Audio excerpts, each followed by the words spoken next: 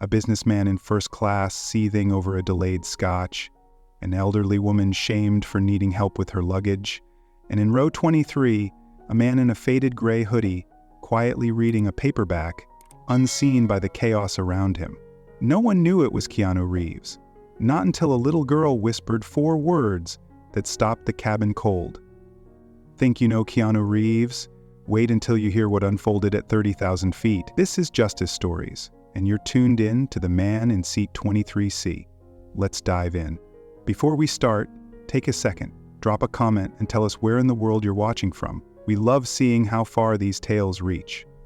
The boarding process on the flight from Chicago to Boston was a mess of impatience and muffled complaints. Passengers shuffled down the jet bridge, some dragging oversized carry-ons, others barking into phones to wrap up last-minute calls.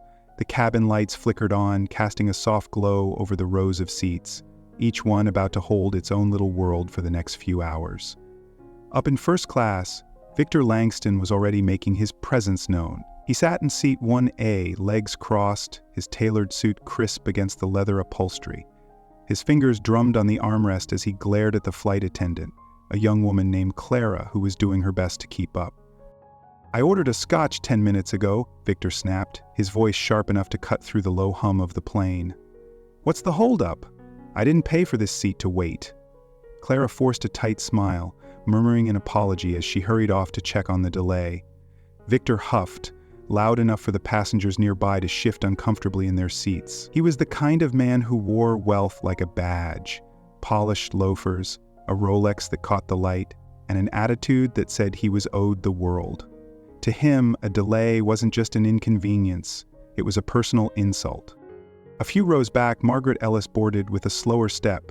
She was in her late 70s, her hands trembling slightly as she gripped the handle of a battered suitcase. Her coat was threadbare but neat, her gray hair pulled into a tidy bun. She reached the overhead bin near row 5 and paused, glancing around with a quiet, "Excuse me, could someone help me with this?" Her voice was soft, almost lost in the shuffle of boarding. A teenage boy nearby started to stand, but Victor, passing by on his way to adjust his own bag, beat him to it. Not to help, but to scold. "First class isn't a charity service," he muttered, brushing past her with a scowl. "If you can't lift it, check it next time." Margaret's face flushed, her lips parting as if to respond, but she said nothing. The teenager hesitated, then quietly hoisted her bag into the bin anyway, offering her a small nod. She whispered a thank you and sank into her seat, hands folded tightly in her lap. Victor didn't look back. He strode to his seat, muttering about incompetence under his breath, already forgetting the exchange. Meanwhile, near the middle of the plane, a man slipped into row 23, seat C, by the window. He wore a faded gray hoodie, the kind that's been washed too many times, and jeans that looked lived in, not styled. His shoes were scuffed but clean, and in his hand was a paperback copy of The Alchemist, its edges worn from use. He moved with no rush, no fuss, just a steady calm that made him blend into the crowd. He slid his backpack under the seat, adjusted the air vent with a quick flick, and settled in, opening his book to a dog-eared page. No phone, no earbuds, no glance around for attention. If you passed him, you'd barely notice him. And that's how he wanted it. Passengers filed by without a second look. A woman wrestled with a toddler's car seat. A guy in a Cubs cap juggled a bag of chips and a soda. A corporate type scrolled through emails, frowning at his screen. None of them clocked the man in 23C. Not even the flight attendant, Clara, who paused mid-step when she checked her manifest. She leaned in slightly, voice low. "Mr. Reeves?" Keanu looked up, his expression open but not surprised. "Yes," he said simply. Clara blinked, caught off guard. "We've got a seat for you in first class if you'd like the upgrade." He gave a small smile, not flashy, just genuine. "No need. I'm good here." She hesitated, then nodded. "Let me know if you need anything." He thanked her quietly and went back to his book. A couple of college kids in row 26 caught the exchange. One whispered, "Was that?" The other nodded, eyes wide, but they didn't call out. Something about the guy's stillness stopped them. He wasn't hiding, but he wasn't begging to be seen either. Up front, Victor's voice carried again as he complained about the ice in his finally delivered scotch. "Melted already, typical." Clara apologized again, her patience wearing thin. Margaret adjusted her coat, staring out the window, still stinging from Victor's words. And in 23C, Keanu turned a page, unnoticed by the chaos swirling around him. But that wouldn't last. Not when a little girl named Sophie Carter, seated up in first class with her mother Emily, would soon whisper something that'd change everything. A girl fighting a battle no one could see, helped by a man no one expected. The plane taxied toward the runway, engines rumbling, and the real story was just beginning to unfold. The plane climbed into the sky, leaving Chicago's skyline behind as the cabin settled into a restless hum. Seatbelts clicked, tray tables rattled, and the low drone of engines filled the air. Up in first class, Victor Langston swirled his scotch, the ice clinking faintly against the glass. He took a sip, grimaced, and set it down with a deliberate thud. "Tastes like dishwater," he muttered, loud enough for Clara to hear as she passed by. She offered a quick, "I'll get you a fresh one, sir," but her voice carried the strain of someone stretched too thin. Victor didn't acknowledge her. His eyes flicked to his phone, scrolling through emails with the kind of focus that shut out the world, except when it didn't serve him fast enough. A few rows back, Margaret Ellis sat quietly, her hands still clasped in her lap.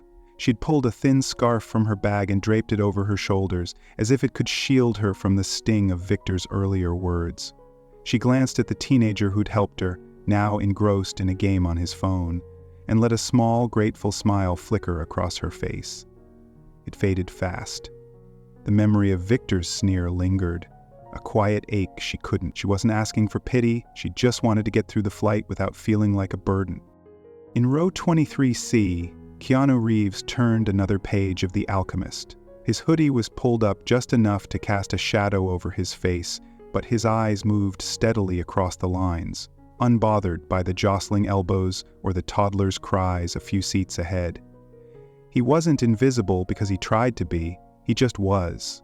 The world spun loud and fast around him, but he sat like a stone in a river, letting it flow past. A woman next to him, mid-30s with a nervous tapping foot, glanced his way once, then twice.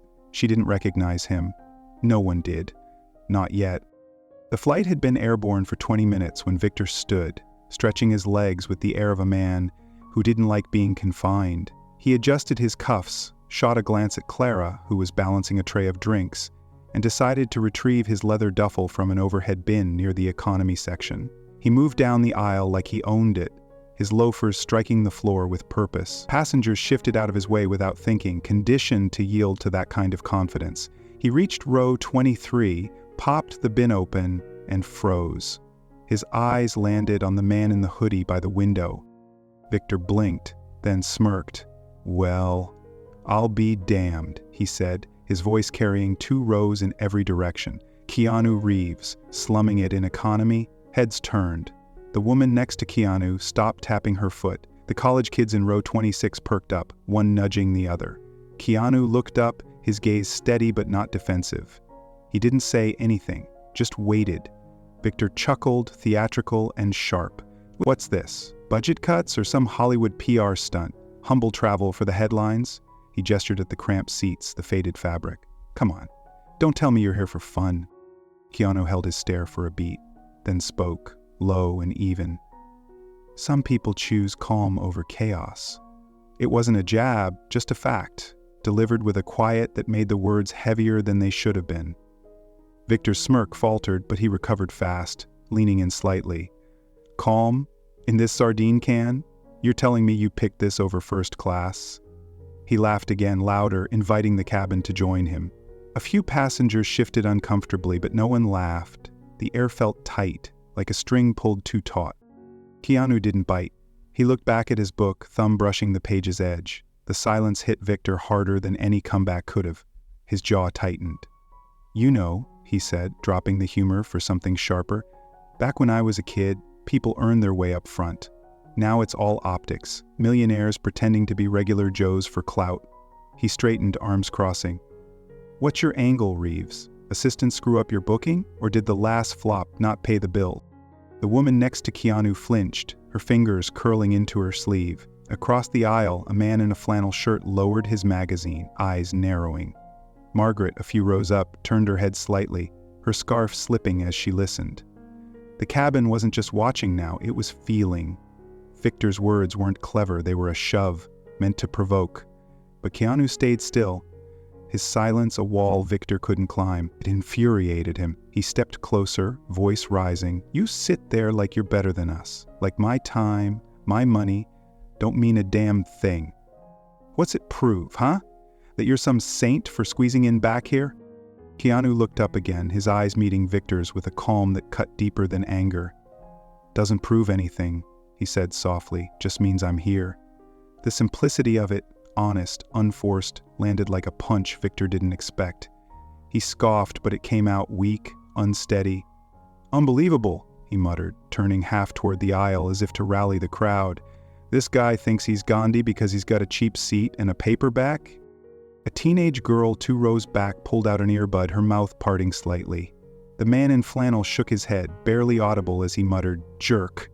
Whispers started to ripple, soft, uncertain, but growing. Victor grabbed his duffel, slamming the bin shut with a bang that made Margaret jump. He shot one last look at Keanu, who'd already gone back to his book, and stormed up the aisle.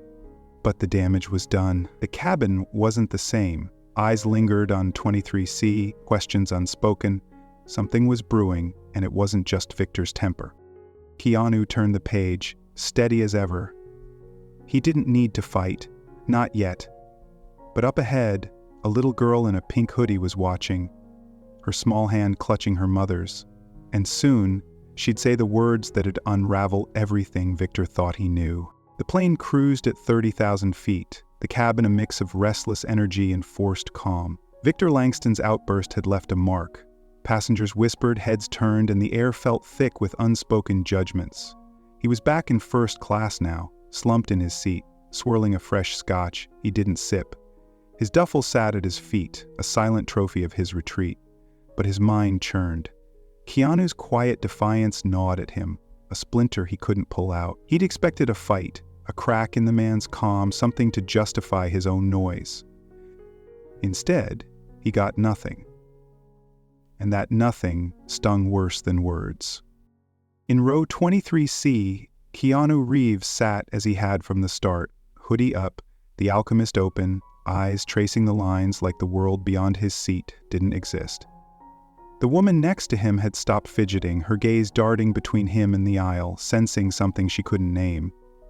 The college kids in row 26 were still buzzing, one mouthing, "That was wild," while the other scrolled X, half tempted to post about it. Margaret Ellis, up near the front, rubbed her hands together, her scarf now a crumpled ball in her lap.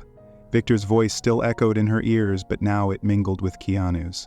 Some people choose calm over chaos. She didn't know why it stuck with her, but it did. Victor couldn't let it go. He stood again, brushing off Clara's offer of another drink with a curt wave. "I need to stretch," he said, though his tone said he needed control. He marched back down the aisle, his loafers clicking like a metronome of intent. Passengers parted instinctively, some rolling their eyes, others pretending not to notice. He stopped at row 23, looming over Keanu with a grin that wasn't friendly. "You know what I think, Reeves," he said, voice low but carrying. "This whole act, sitting back here playing the humble card, it's a show. You want someone to clap for you, don't you? That's how you stay in the game." Keanu looked up, his expression unchanged, open, steady, almost too gentle for the moment. "I'm just reading," he said, soft but clear. Victor laughed, sharp and hollow. "Reading, right. You're not fooling me. This is calculated. Sit in economy, let the little people fawn over you. Bet you've got a camera crew waiting in Boston." The accusation hung there, bold and ugly. The woman next to Keanu shifted away, her breath catching. The man in flannel across the aisle set his magazine down, jaw tight. Whispers grew louder. 2 rows back, the teenage girl pulled out her phone, recording shaky footage through the seat gap. Victor pressed on, feeding off the attention.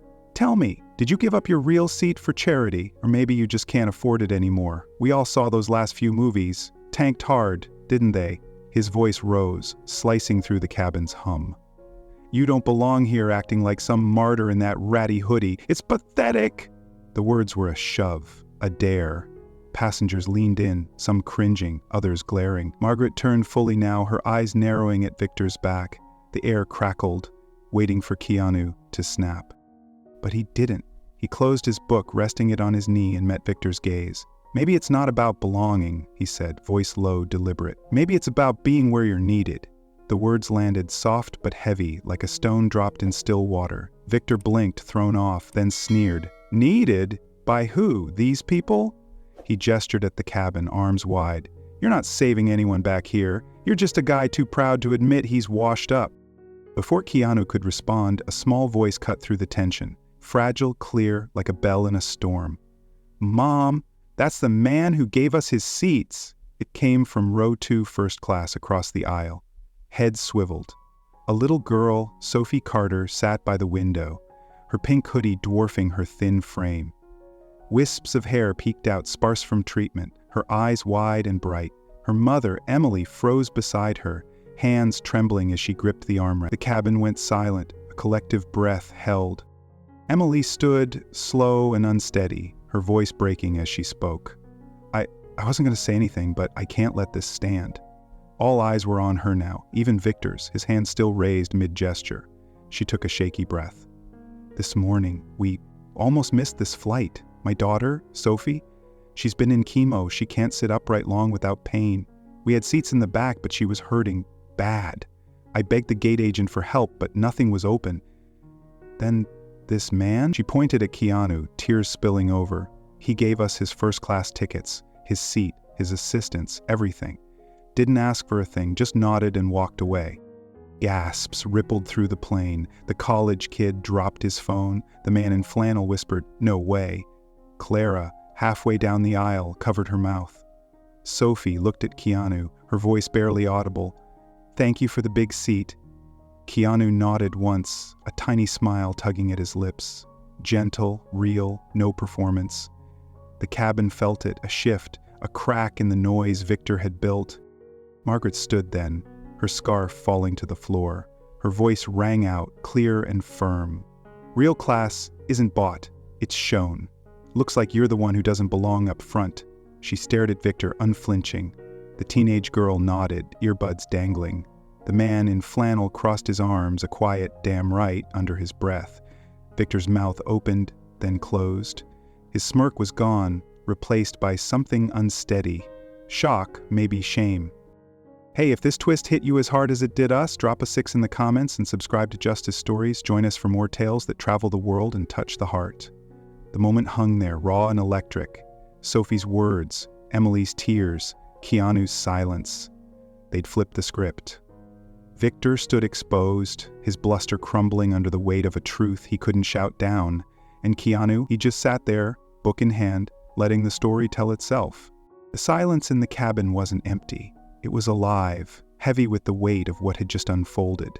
Sophie's whisper, Emily's tearful confession, and Margaret's sharp rebuke hung in the air like a storm that had broken, leaving everyone raw and still. Victor Langston stood frozen in the aisle near row 23, his duffel dangling from one hand, his other halfway raised as if he'd meant to argue but forgot how. The smirk he'd worn like armor was gone, stripped away by the little girl's voice and the mother's trembling truth.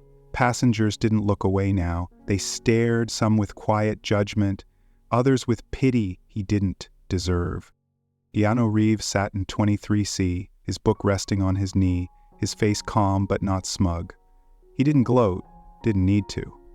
His eyes flicked to Sophie up in first class, her small frame curled against the window, then back to the page. The woman next to him exhaled, a shaky sound, and murmured, "That was something."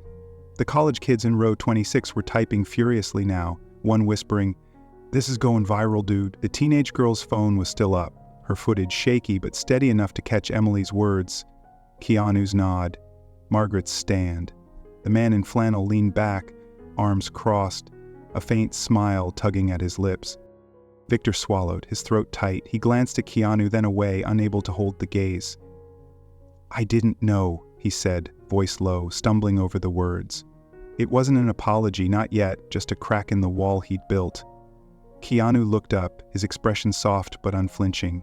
"You weren't supposed to," he said simply. "That's the point." The reply wasn't cruel, wasn't a jab.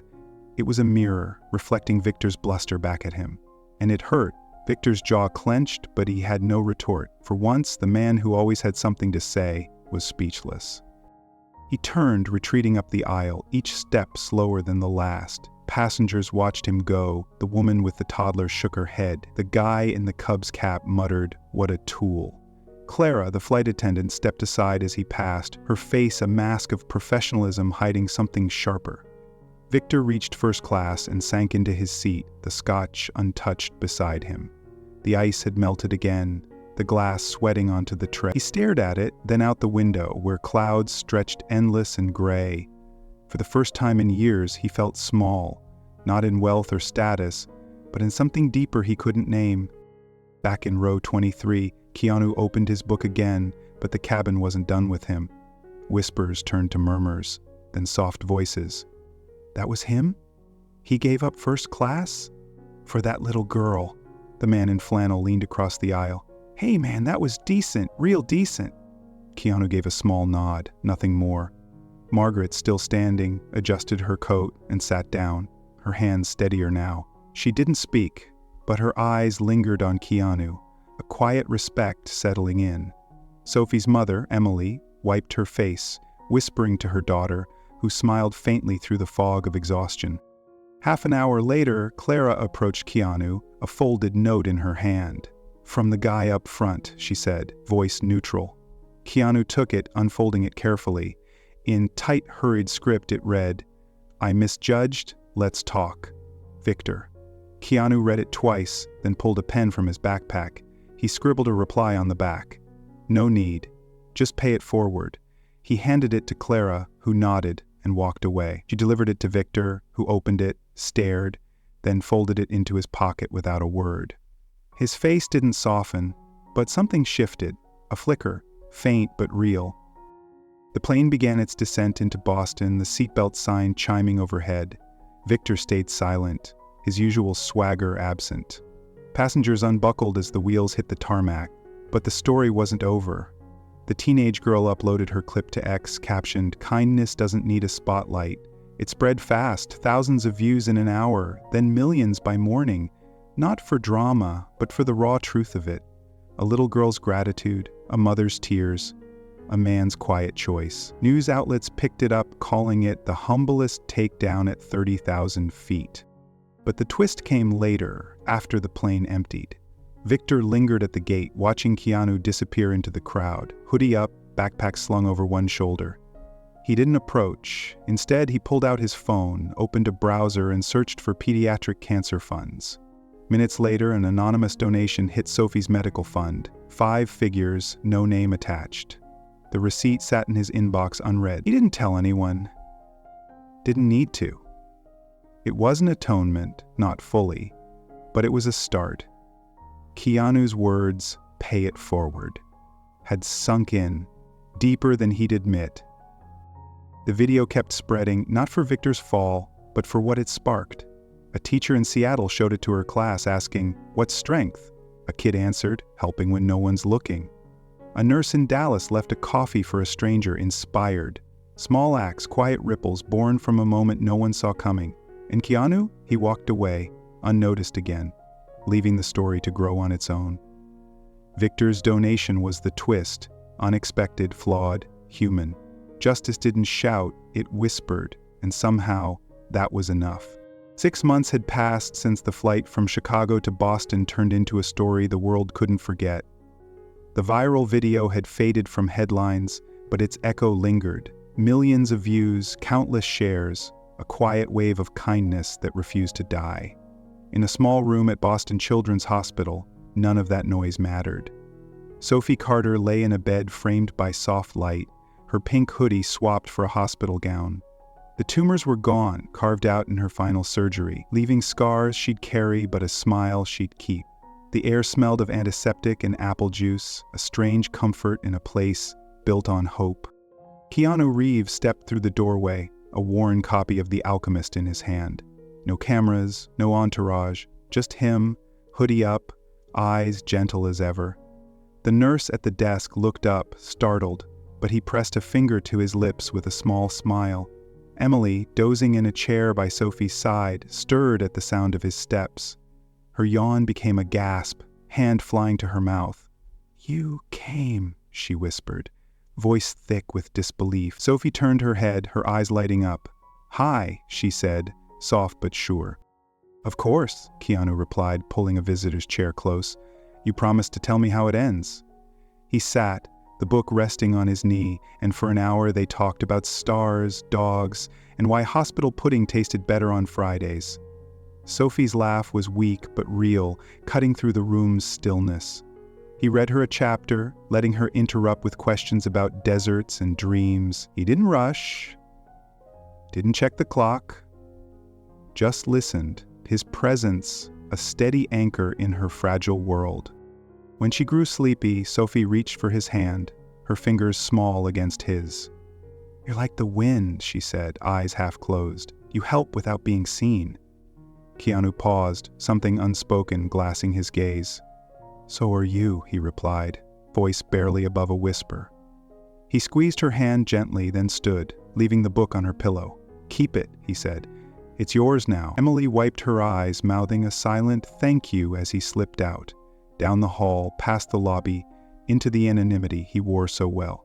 The nurse watched him go, scribbling a note in her log. A man visited today, brought no noise, only presence. Outside, the world kept turning, but Sophie's words stuck, like the wind, unseen but felt. The flight story had spread far beyond Victor's humbled donation or the passenger's whispers. It lived in a kid's answer in a classroom. Strength doesn't yell, in a stranger's kindness at a coffee shop, in the way people paused now, wondering who they'd overlooked. Keanu never commented, never cashed in, just faded back into the crowd, leaving proof that decency could outlast the loudest storms. And Sophie? She kept the book under her pillow, tracing its pages on hard nights. The scars stayed, but so did her hope. The world didn't need more noise, it needed more like him, like her. Quiet, steady, strong. That was the real ending, the one no one saw coming but everyone felt. What strikes me most about Keanu's story isn't just the kindness, it's the choice. In a world obsessed with shouting for attention, he picked silence, proving strength doesn't need a megaphone. I think that's what real power looks like, lifting someone up when no one's watching, not chasing applause. Victor's shift, flawed as it was, shows even the loudest can bend under truth. But was it enough? Some might argue he got off too easy, that a donation doesn't erase arrogance. Maybe they're right, yet I see hope in the ripple. Sophie's smile, a stranger's coffee, a kid's wisdom. It's not about perfection. It's about starting somewhere. What do you think? Does quiet decency outshine loud redemption? Drop your take below. Thanks for joining us on this journey. Hit like, subscribe to Justice Stories, and share if it moved you. Let's keep the conversation going.